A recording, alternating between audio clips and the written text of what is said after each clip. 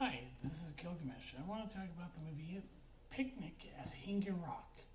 This movie came out in 1975, directed by legendary Australian director Peter Weir. This is like his second movie he directed, and it's 155 minutes long, and it's one of the best movies that still holds up. And they've recently restored it to its 4K and released it back in theaters. Out here, it would be a theater called Cinema 21 here in Portland, where I live, and this movie holds up still. That's how you can tell it holds up to the test of time, because it's that amazing of a film that when you look at it now, you still go, wow, that movie could have been made today and it would still look as good. That's how good the movie is. The director of photography does an amazing job making this movie look like it's a timeless masterpiece, and it is. And the cast in this movie is absolutely amazing. You have a young Jackie Weaver and John Jarrett, and I almost didn't really recognize Jackie Weaver in this. And her character is Mimi. She's like a maid in the house at this school, and it's 19th century Victoria, Australia. And the place is called Hanging Rock, is a real location in Australia, and the cast, it's a mystery that we never get the answer to. And it ends with, that made people think this actually did really happen. And like I said, it starts out at the beginning, there's a poem, one most people have heard, I'm not going to repeat. And then we meet Miranda and Sarah. And Miranda tells Sarah she needs to love someone else, because she goes, I'm not going to be here much longer. It's like she knows that that something's about to happen to her when they get to Hanging Rock. And Hanging Rock, it's an interesting something that happens with the guy who's driving the coach and to the teacher, Miss McCraw, is that they look at their watches and they stop. They're not wearing watch on. They have like pocket watches, and they look at them. They both stop, and he notices it. The coach, the guy driving the coach, I think this is. I'm trying to remember who he was in the movie. I can't remember his name. He points out that my watch has stopped, and then Miss McCraw knows that and she says it's weird. And like I said, the cast is great in this. Raquel Roberts, legendary British actress. She's great as Miss Appleyard, and she's the headmistress of this school, this all-girl school. And she has this need to take everything and treat Sarah, who's an orphan, by the way.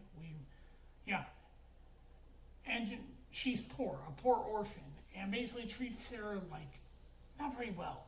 Like at point, she doesn't let her go to Hanging Rock because she won't recite a poem that this lady that Miss Appleyard loves, and Sarah wants to read her own. She said stop, and basically tells her, because she won't read back this poem that she can't remember because it's not very good.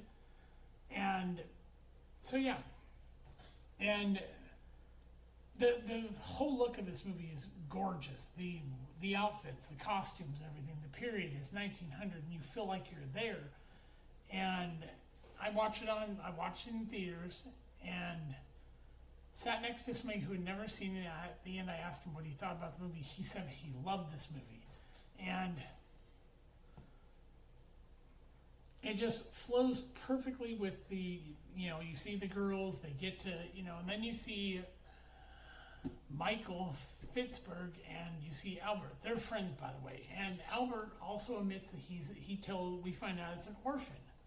And Sarah and Albert, we find out later in the movie that Albert's actual name, because his sister brings up her brothers, and I forget what his name is, and then Albert brings up he has a sister named Sarah, and I realized right then that Sarah, the orphan, is Albert's, and they don't even know the other exist. They have not seen each other since They were separated at the orphanage. But yeah, this cast, god damn, it's great. Yeah, and so they get there, and Miranda and several girls, Irma is another one, and I forget who the third girl is, and I forget who the fat chick girl. She's a heavy-set girl with glasses. She follows them. The fat girl, I forget her name, wants to go with them, and she said, "Well, keep up." And so they head up to Hanging Rock. They tell the teacher, "We'll be back. We're all gonna go. We're gonna go." And even though Miss Appleyard told not to go climb up Hanging Rock, they disobey that and they go up Hanging Rock. And then something happens. They all get tired and fall asleep, and then I forget. Like I said, I forget who the chick is. The fat one. That might have been Edith. I think it was Edith. Her. She wakes up and sees Miranda and the other three and Irma walk off. And she's screaming at Miranda, where are you going? And they don't hear her. And we don't know what's causing this. That's another thing about the movie. You don't find out what caused them to suddenly walk off or what's caused the time to stop. It's just something about Hanging Rock that has this effect on people. And then when we see Edith later, they're asking her, and she goes, "I can't remember." Yeah, she goes, "I can't remember what happened." She just remember, she was with them, and she doesn't know what. She can't remember. It's like it makes you forget if you're affected by and all of them can't remember things. Yeah, and so later when as they're looking for the girls and the teacher, Miss McGraw, for some reason we don't see, she went looking for the girls and disappeared too. So later on, Irma is found.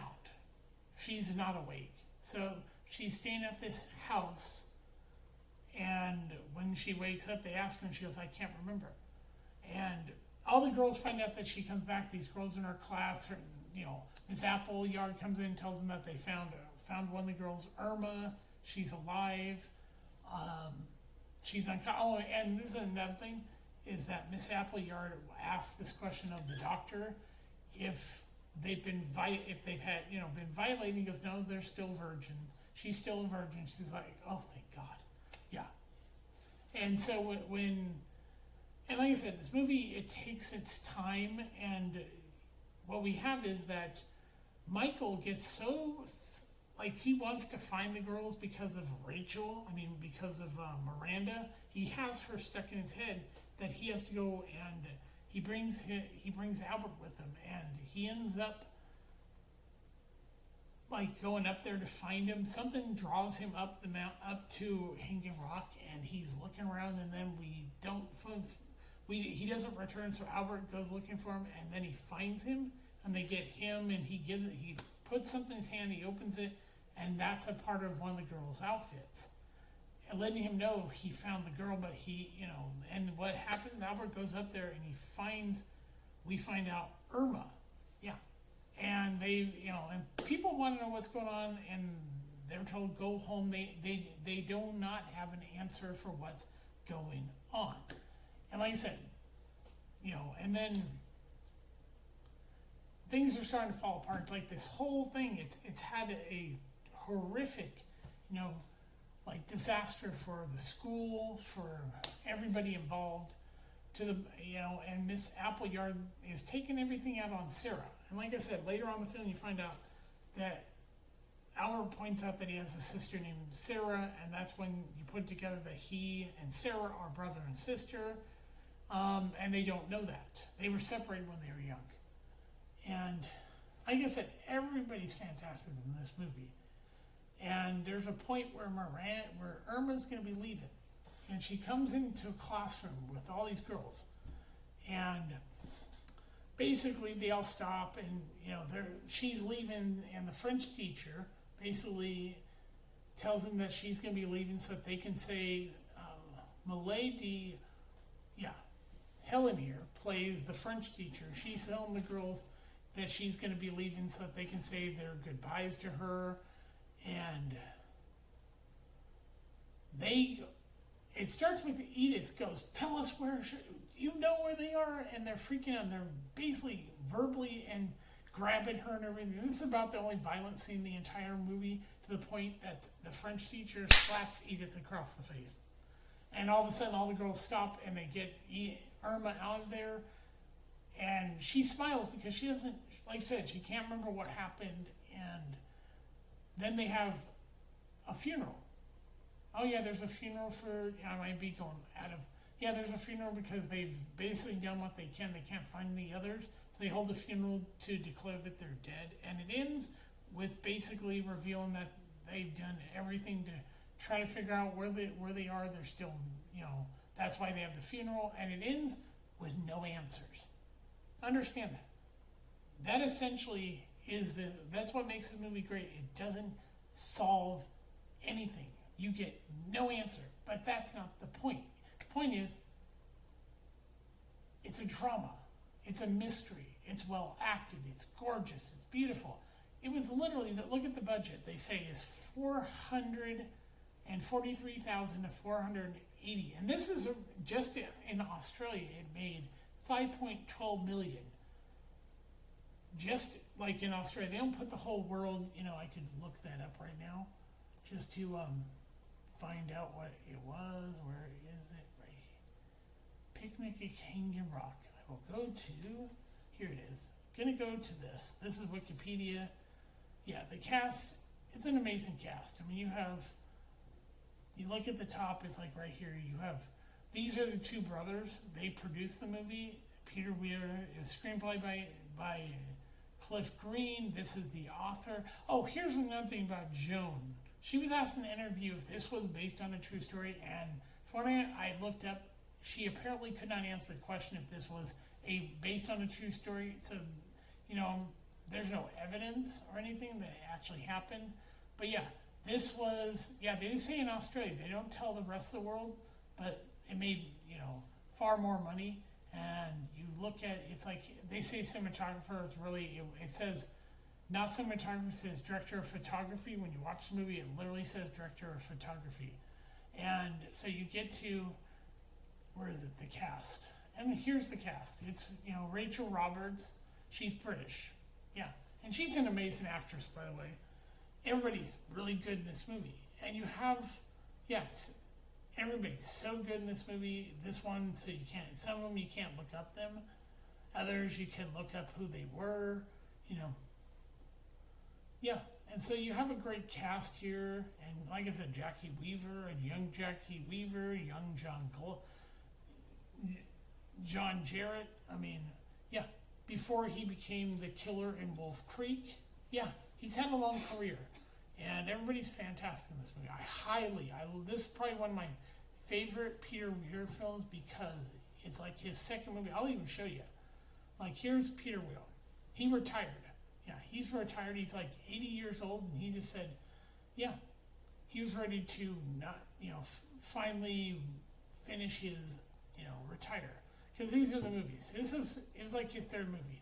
Okay, his first movie was Homesdale, which, and then he did this one, The Cars That Ate Paris, and then he did Picnic at Kangen Rock, The Last Wave, which I have seen that, love that movie, I might talk about it. The Plumber, I do remember this movie. I have not seen, I did see The Cars That Ate Paris, it's been a long time. Galapagos is about the World War One. Yeah, this is about World War One. Yeah. And it has Mel Gibson in it. It's, yeah. And Mark Lee. And then you have Year of Living Dangerously. What's great about this is you have, I love this because you have Linda Hunt, who plays a man in the movie. Yes. Won an Oscar for that role, for playing a guy. And then he went on to do this movie, Witness.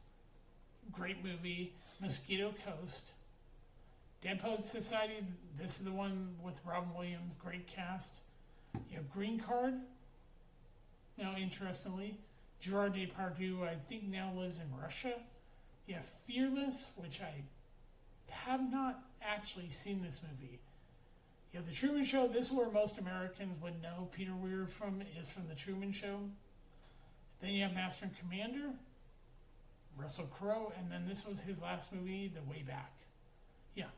So, but yeah, this is his third film, and I recommend it. If you love a mystery that doesn't get answered, but you have a great story told, and the acting superb, and the everything about it, yeah, this is the movie to watch. And so, yeah, this is Gilgamesh. I will talk to you later. Bye.